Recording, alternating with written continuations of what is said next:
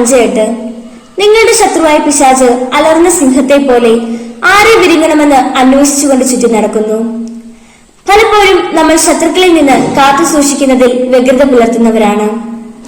നമ്മുടെ സഹോദരരെ അതേവ ശ്രദ്ധയോടുകൂടിയാണ് ചതിയിൽപ്പെടാതെ നമ്മൾ സംരക്ഷിക്കുന്നത്. നമ്മൾ പലപ്പോഴും നമ്മുടെ ശത്രുക്കൾ നമ്മെ നശിപ്പിക്കുന്നതിനെ കുറിച്ച് അവയർനെസ് ആവാറുണ്ട്, അല്ലേ? നമ്മുടെ അനുദിന ജീവിതത്തിൽ രോഗങ്ങളെ കുറിച്ചുള്ള അവയർനെസ് കാത്തു സൂക്ഷിക്കുന്നു.